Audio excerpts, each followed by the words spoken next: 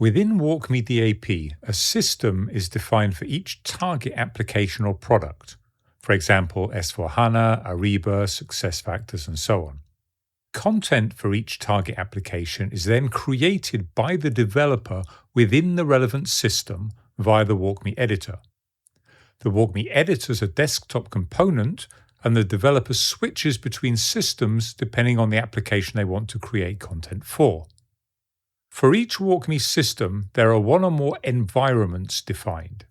There are usually two defined, test and production, although technically you can have only one or more than two, depending on how complex you want to make things. Content is created independently of the environment. That is, it is not, for example, created in test and then moved to production. It just exists in the relevant system. Once a content object's been developed, it's exposed to users, that is, people other than the WalkMe developers, by publishing it. Content is published to a specific environment for the system within which the content object exists, and the developer has to choose which environment they're publishing the content object to at the time of publishing.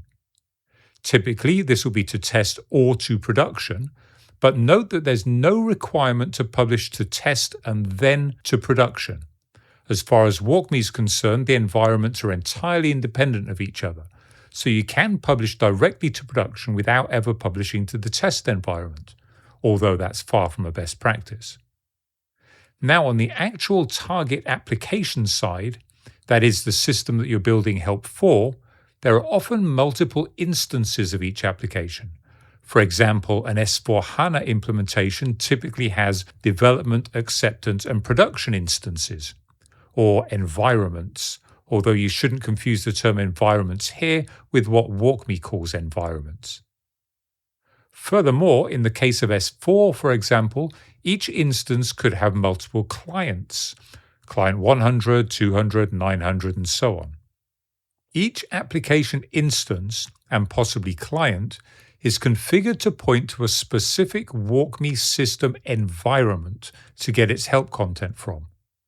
For many of the major SAP systems, this configuration is done in the target application itself, but in other cases the configuration is done through the WalkMe user browser extension, of which there is one for the overall WalkMe implementation, and not one per WalkMe system. Non-production application instances, for example development and acceptance, are configured to point to the relevant test environment in WalkMe, and production application instances are configured to point to the production environment in WalkMe. This allows us to publish WalkMe content objects to the WalkMe test environment, from where they can be reviewed in the non-production instance of the application by testers, SMEs, or other reviewers. And once the content object's approved, it can be published to the WalkMe production environment, making it available to end users in the production instance of the application. It's helpful to note that there's only ever one copy of a content object which exists in the relevant WalkMe system, and it's the version of this object that's published. So a content developer can create version 1 of an object and publish this to both test and production WalkMe system environments. They can then edit this to create version 2, which they then publish only to the test environment, before editing the same object again to create version 3. At this point, end users will see version 1 because that's the only version that's been published to production. The testers will see version 2 because that's been published to the test environment, and the developers working within WalkMe will see version 3. It's the same single object, and version control and publishing determines who will see which version.